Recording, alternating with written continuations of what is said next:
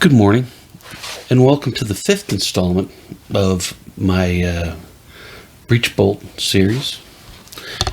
Today, what I've chosen is a rifle that many people have in their collection, especially milsurp people. Most people will have at least one in their collection. What I have is the Mosin 9130.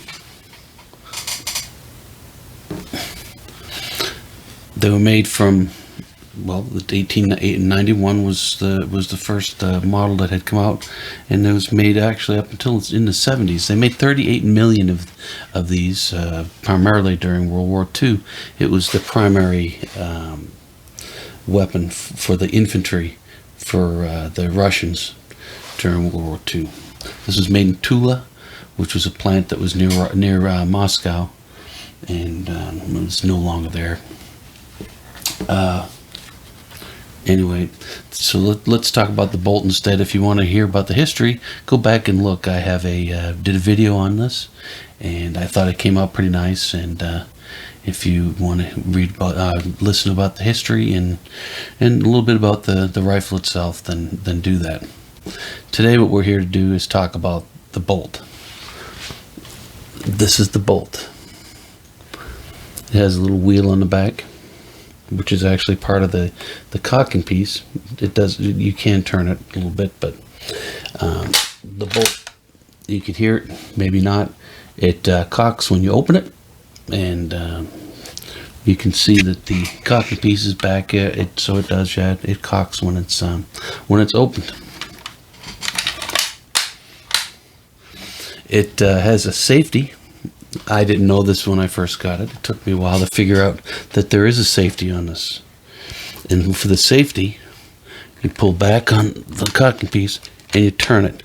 And you turn it counterclockwise and then let it go, and there's your safety. Won't let you open it. You can tell when it's in the safe position by looking right up here. This little groove will show when it's in the safe position. To take it out of the safe position, you do just the opposite. You pull it back and you turn it clockwise.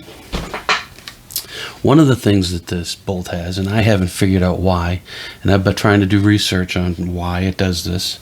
If you take your bolt and you close it just a click, it's not closed anywhere near closed all the way, and you pull the trigger, it works. I don't know whether that's because of, well, I don't know why, because it's not like putting it on half cock, because it's still pull the trigger and it'll still go. But if somebody out there knows, please let me know, and then we'll all know. To remove the bolt, it's like many others. Pull it back, you pull the trigger back, it releases the sear, which will release the bolt. Inside here,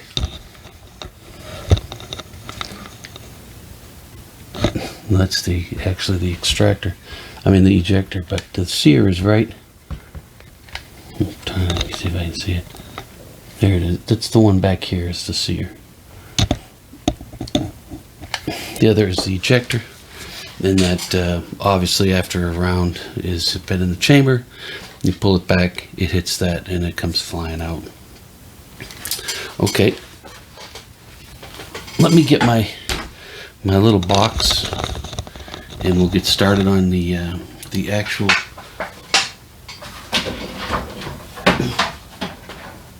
bolt itself. That, huh? Looks like it was made for it. Oops. Turning things a little bit. Okay. I don't think we need quite that high.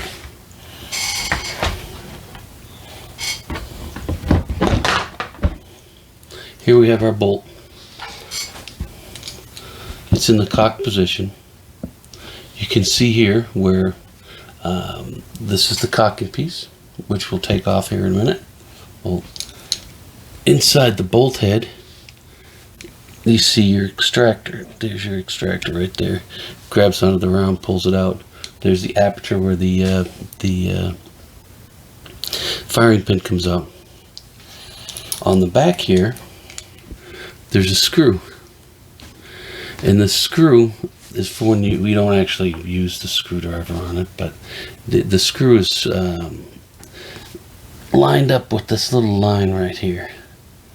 And we'll see later on when we put the firing pin back in, that's how you can tell whether your firing pin is in the proper position. It's not too far in, not too far out.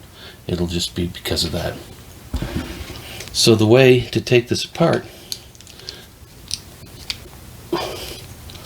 you take and you put this, you put your bolt in the uncocked position, and as soon as you do that, this comes off. This is your bolt head. This is the thing that goes along the side, and I'll show you how it works in a minute. And it kind of holds everything together. It links into the between the bolt head and your bolt body and your cocking piece, and it keeps them all in line together. So now you have your firing pin sticking out, and it's attached to your cocking piece. There are two ways of doing this that I've seen. I choose one over the other. One of them is you push down on your firing pin, and when it pushes up far enough, you can take and you can unscrew your cocking piece. I don't like to do that because I don't like to keep pushing down on my firing pin, because as you can see, I mean, it can bend, and I don't want to do that. So what the Russians have done is they've made this piece here that you have that like I said, that holds everything together, as I'll show you in a bit. On the end is a fork. That fork fits right in to the firing pin. So you can unscrew it. Now, one thing to remember is that this thing is on a spring. So what I normally do is I hold the end of it down, and it's not that bad of a spring like as in a Mauser or something like that. And the other side, what I do is I put my fingers on the actual firing pin to keep it from flying out. Man. It's 3:30 in the morning. I guess I'm a little bit tired. I don't sleep, so I'm up doing stuff. People ask why, you know, sometimes I speak so softly, and it's because, well, it's very early in the morning and I don't want to wake my wife up. There it is. One of the advantages is, of course, with the summer, the air conditioner is going up there, so I think I have a little bit more latitude for volume. So anyway, that's neither here nor there. So anyway, so here's your firing pin spring, your bolt body, and your cocking device. And this little piece, I'm not sure what it's called, but this little piece that holds everything together. And that's it. That's it for the bolt. It's actually pretty simple. You do it in the field. You do it, and it's just too easy almost. So what we're going to do is put it back together. We're going to take the spring. We're going to put it inside the body. Now this is the one time that I will push my on my firing pin, and that's just to get things started. I'm sitting on plastic right now, so it might be a little bit. Okay, so it's gotten it started. So what I'm going to do then is switch over to using this. Ooh, it didn't quite work. No time for bloopers.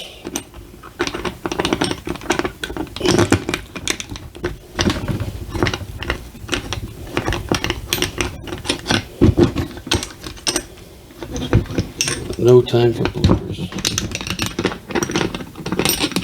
You know, Parkinson's makes me shake like that. Okay.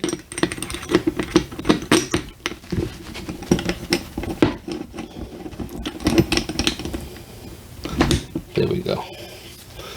So what I'm going to do is I'm going to put it down in the uncocked position, and that'll make it a lot easier for me to screw this in. It's easy when you know how, huh? Anyway, you can look in the back here and you can see where it's not lined up.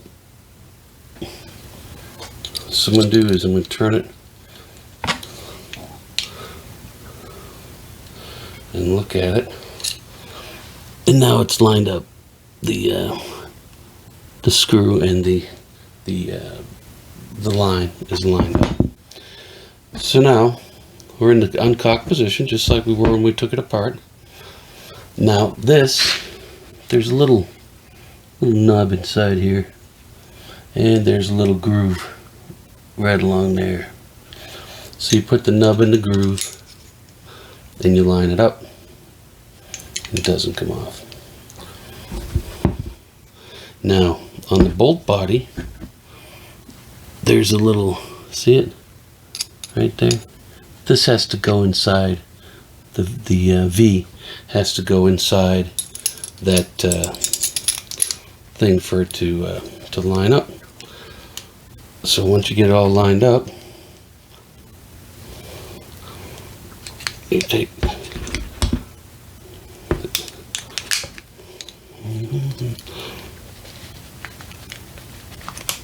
there we go. Oh man.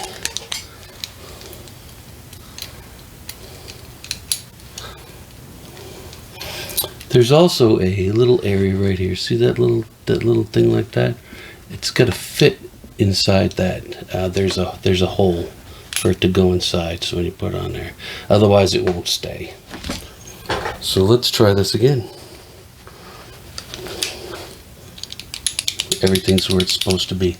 All I did was take and turn the cocking piece so that it's all in line like that, and everything is held in place. So what I'm going to do is I'm going to put this back inside.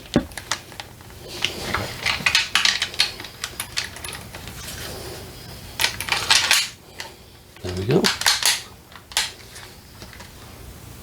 And there we are. Everything's back where it's supposed to be. Well, thank you very much for watching. I hope that I was able to help you. At first, the Mosin bolt was very confusing to me. It's not something that I take it apart all the time. It is one of my shooters, but obviously I don't shoot as much as I should. And with a little bit of practice, you can get the bolt apart to clean and put it back together again easily enough.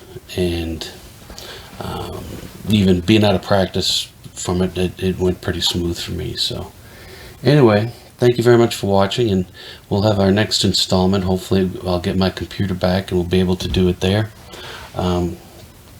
What I am probably going to do is go to my 1892 Becher, or Berthier is what it looks like in English, but it's Becher, I guess, is the French for it. And it's an interesting one because it's very complicated, and you need a screwdriver to take the bolt out and stuff. And but we'll do that when the time comes. Excuse me. So anyway, so there's your Mosin Nagant, and thank you very much. Thanks for watching.